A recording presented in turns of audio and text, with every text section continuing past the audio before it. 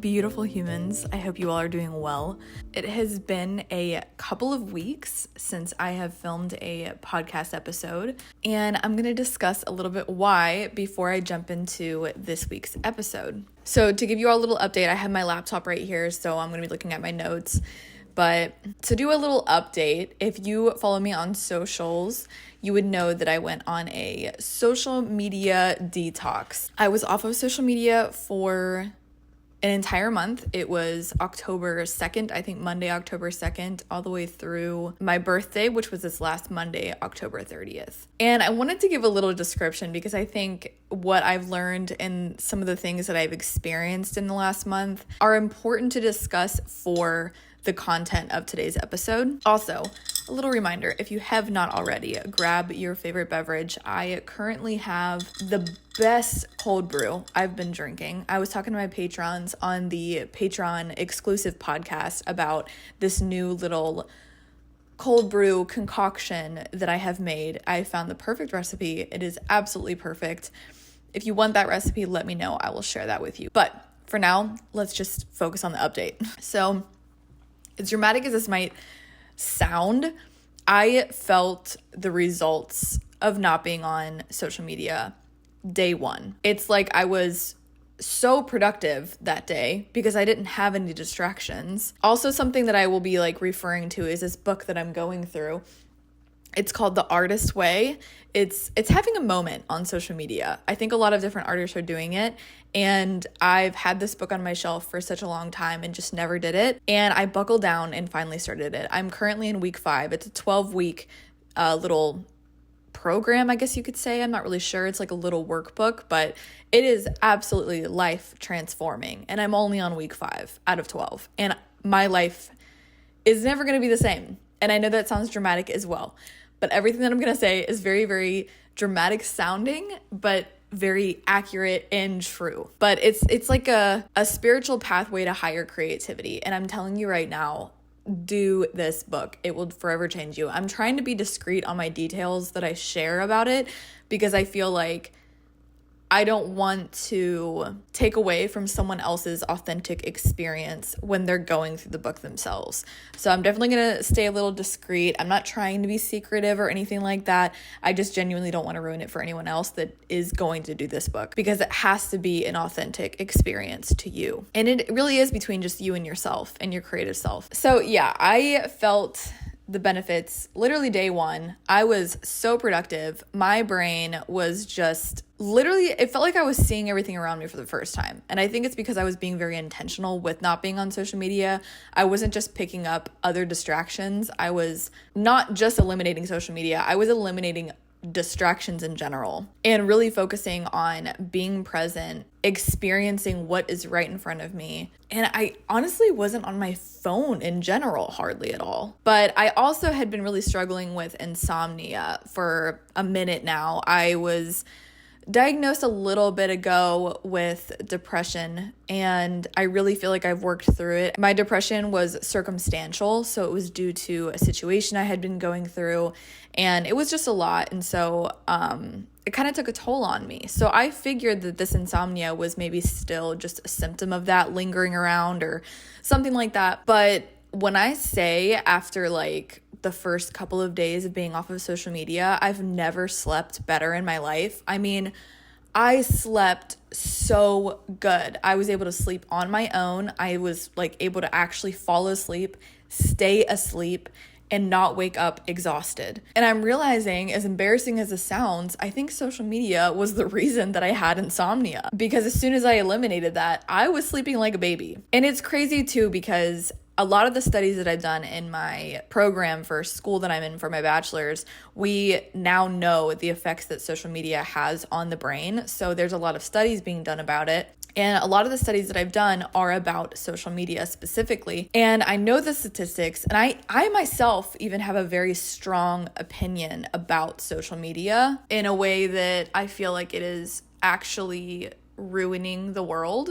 I really think it's genuinely corrupting society even more. And that's just my strong opinion that I've kind of concluded through some of the things that I've seen, heard, researched, etc. Yet I was still overindulging in it. So I was using it, yes, as like a business thing or whatever, but it's like at the end of the day, I was also overindulging to the point where it's like I was sharing so much online and I was doing so many things on social media rather than just living my life and experiencing life. And these two sides of me, the side of me that has a very strong opinion about social media, yet the side of me that has a business and feels like I can't leave social media. And I kept saying, like, I kept not giving myself a choice. I kept saying I have to be on social media for my business. Like, it's a non-negotiable. Like, most of my business is online anyways. So I wasn't really giving myself a choice. And I think that was my problem in the first place. I felt like I had to constantly. I had to stay. I had to do this, had to do that. And it wasn't just like an organic, like, oh, hey, I want to share this with the world. So these two sides of me were at war because my values in life don't line up with just to be frank, the false reality that social media really is. Social media is an entire world built off of a false narrative, basically, which is really, really, really dangerous. And so these two sides of me were just, going back and forth, kind of a mess. Like I said, I was giving myself no choice. I felt like I had to. And I feel like now that I've done this little social media fast thing, I am learning how to balance and trying to use it for a tool for my business and connecting with others. Yes. But other than that, I'm not really interested in indulging in social media and being a part of the social media world. Again, I think it's a great tool. I think that the world needs positive, encouraging people and things on social media, but it can't be at the expense of that creator or that person's values in life. And as great as social media can be, I think majority of the time in most of the things you will see are the negative, exhausting things. And it's funny because I actually put really strict boundaries on when I went back to social media on Monday. And I said, okay, social media is going to be like a 9 to 5. Like I have to clock out. I'm not going to scroll on social media as soon as I wake up, because that's something I've noticed is that my mornings have been so clear-minded, I've been just up and I'm able to wake up on my own because I'm not waking up and having to scroll to like keep my eyes open. Like I'm not getting on my phone immediately as soon as I get up. So I was like, that's rule number 1. I will not go back to that. I will stay not getting on my phone when I wake up. And then my other boundary is that I'm off at 6 p.m. Monday through Friday, and then no social media whatsoever on Saturday and Sunday. And I made these boundaries and I was like, wow, these are really strict boundaries. Like these are super steep.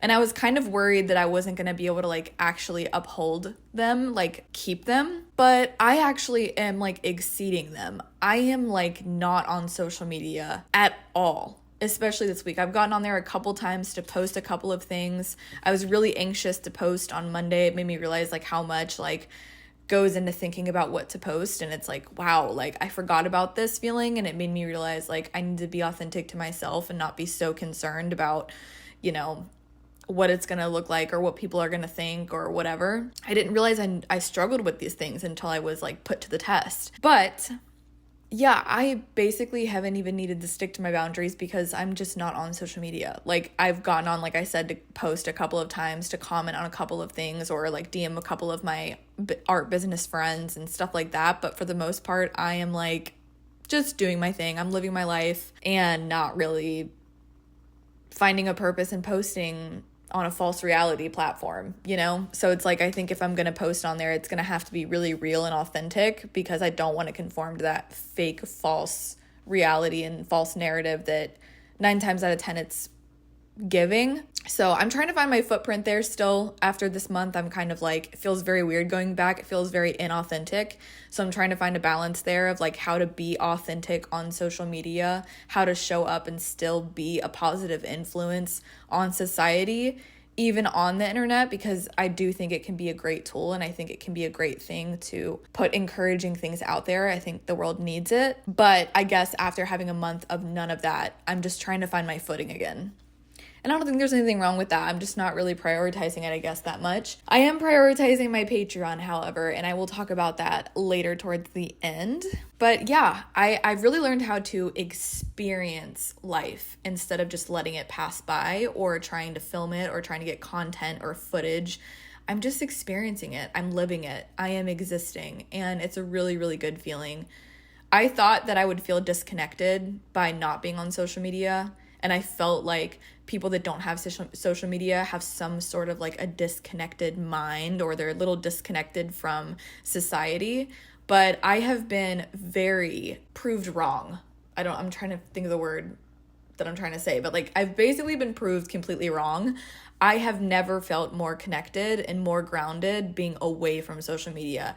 And it actually makes me realize how disconnected we're becoming as a society because of overconsumption and overindulging on social media. So that was an interesting little nugget that I learned. But my creativity has also been directly impacted. I am so much more creative. I'm not struggling with creative block. I also think that has to do 100% with the book that I'm going through, like I said. But I also think it's because I have no distractions and I'm not comparing. I'm not getting bombarded with all of these ideas. They're my original just ideas that I like, that I feel like I should execute. And it feels so good to have an authentic idea. And I'm not only just creating for the sake of creating, but I am just flooded with beautiful new ideas. Like I am creating for the sake of creating, but now it's transforming into, okay, I have found my creative voice again. Now I know how to share this creativity with the world around me. Again, I'm trying to find my footing on social media, but in general, with the world around me. And I also have the patience to execute them. Like I have the patience to paint, to hand carve block prints. I have the patience to spend time creating and curating something, not just for, oh, let me sell it, or let me do this, let me do that. Like I'm just creating, and I have so much time in the world, so much patience in the world, because I'm so into and so passionate and excited about whatever it is that I'm creating in that moment, that I'm not concerned about anything else other than creating. And that's exactly what we were born and designed to do, which is also something a part of that book that I'm learning. And it's so awesome to watch it come alive within me. And I'm just learning how to be so present. I have really mastered the art of noticing what's around me, mastering the art of becoming, mastering the art of just being present and content. And I've learned so many things. I am going to be making a video soon about my experience away from social media, and like an actual video just geared around social media and taking a detox from it. So I'll save all this for later. I just wanted to give a little bit of an update before I got into the episode. I now realize that update was pretty long, but I hope you enjoyed. I hope it helped you know like where I've kind of been. What I want to talk today about is not super long. I am going to reference a new print that I'm working on in this, and it's called The Phases of the Moon. And that's really what I'm going to be talking about today. So I made this print. Those of you that are watching, I am doing these like hand carved block prints. Oh my gosh, it's really not going to focus, is it? Either way, it's these little blocks that you hand carve out. And I've been making a lot of prints like this. So this one specifically is just the phases of the moon. And I block printed it onto this recycled paper. It is literally the cutest, most simplest print I think I've ever done. And I'm waiting on my ink pad dried up. So I'm waiting on my ink pad to come in to stamp a little quote down here. But this is the quote that I kind of came up with. Every single one of my prints now has there's inspiration behind it, something that inspired me. And I saw the brightest full moon the other night and just inspired me to make this. So this is what this print is going to represent. So the moon doesn't actually change in shape when it goes through phases. Rather, our perspective of it does. Sometimes we see a sliver, other times we see a half sphere, then a full moon, and different phases in between. But this doesn't mean it's not always the full moon. We are always unique individuals, and it's impossible to lose who we are completely. But with the seasons of life come different perspectives and different versions of ourselves. May this print remind you that you will always be uniquely you, but also give yourself permission to see differently and to be seen differently. So that's the little quote that's going on the back of this print that helps people that buy this print to have these little gentle reminders. So I just had this vision and this concept the other night when I saw, like, it was the brightest, biggest full moon that I had seen in a while. And this concept came to my mind, and I just thought I had to execute it because I think it's so true for our experiences in life. As the seasons change, we change, but we never unbecome ourselves. In fact, we just become more of who we're meant to be in this world if we're paying attention to our values deep down inside of us. This causes our perspective of the world and our perspective of people to change. But it's not like they're not still them. It's just that our perspectives have shifted, sometimes more positive, sometimes more negative, or in ways that we learn we don't agree with anymore. Or just as we grow and change, we can be growing apart, we can be growing closer together, etc. Our perspectives change in general. This also happens to other people. When we change, other people's perspective of us shifts. And again, this could be more positive or more negative, but regardless, the perspective shifts. I think a lot of times we put negative connotations because we learned that, I don't really agree, or, we start to just grow apart. And that doesn't mean that anyone's not doing what's right for them. It just means that you're growing apart, and there's nothing wrong with that. It might be wrong for you, but it's very right for them. And it's okay to disagree and your perspective to shift. And it's like that quote that people come and go. It's very, very true. People come and go. And I feel like we need to see this topic a little bit lighter because, of course, when we open up ourselves personally to someone and we want to get close to people and all of a sudden things start to shift or things start to change, it doesn't feel very good, But at the same time, it doesn't mean that they're not still doing what's right for them and you're doing what's right for you. It just means that your perspectives have shifted. And if we can see it from a outside perspective, I think it'll be a little bit easier to walk through different things like this and to see people with love still, to see people with no ill will for them. I think we all need to give each other permission to change. Far too often we hold people to who and how they were when we first met them or whatever version of themselves they presented. And when people change, majority of the time, it comes with like negative connotations, like I was saying, but really it's just a part of the human experience to change and grow and evolve. And if we allow each other the space to do so, even if it means growing apart, I think that we would have a lot more love being spread in the world rather than hate and bashful words and things like that. And the same goes for ourselves. We can sometimes view change as scary because it's the unknown. And another thing that the book was talking about and discussed is that our unknown territory within ourselves can actually be the most beautiful promised land from within.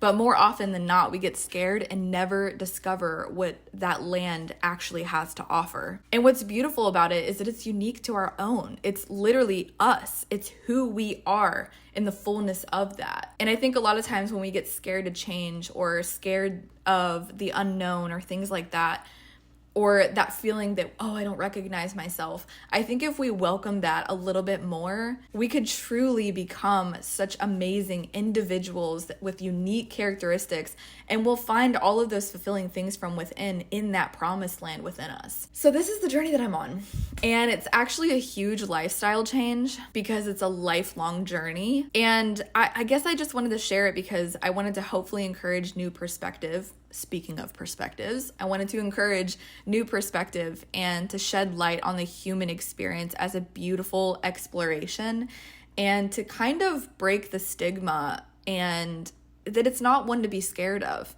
It shouldn't be scary to dive deeper into yourself as long as you're being honest with yourself, as long as you're genuinely working through things.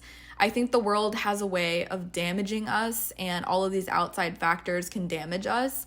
And it is kind of weird, it's like we are responsible for really picking up those pieces and putting ourselves back together. So I think when it's discussed when there's trauma involved, it might be a little bit more difficult to work through this concept, but it's not impossible. And this is coming from a place of sensitivity for people that are struggling with different traumas and things. I think that trauma has a way of really holding us back in time.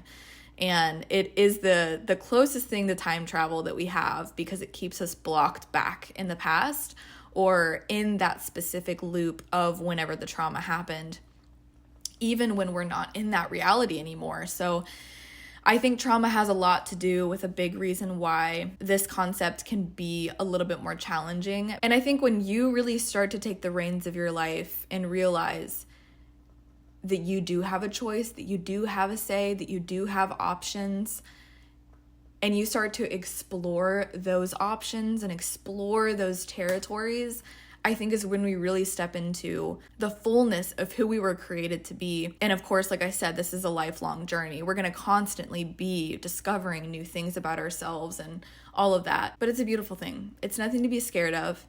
It is a lot of hard work, but I think it's only hard work when we have to unlearn so many toxic concepts that have been normalized by society. So I think that's why it's such hard work, because we really have to unlearn and rewrite everything that we've been learning and find it for ourselves. I'm not saying that everything in the world is wrong with society or anything like that, but I am saying that there are some really, really toxic truths or things that we've normalized, and you just can't do a one-size-fits-all on very unique, individualistic human beings. You just can't. It's not going to work. And it's funny too. I wrote this at the end of my notes. I think it's funny because it's almost like we're scared of ourselves in a way. Like we're scared to be too human or something. But I think we should be more scared of trying to be something that we're not, because we should never be something that we're not. And we live in a society where majority of the things, like I was saying, we've normalized actually go against our very human nature. So this is all just some food for thought. It's kind of a lot.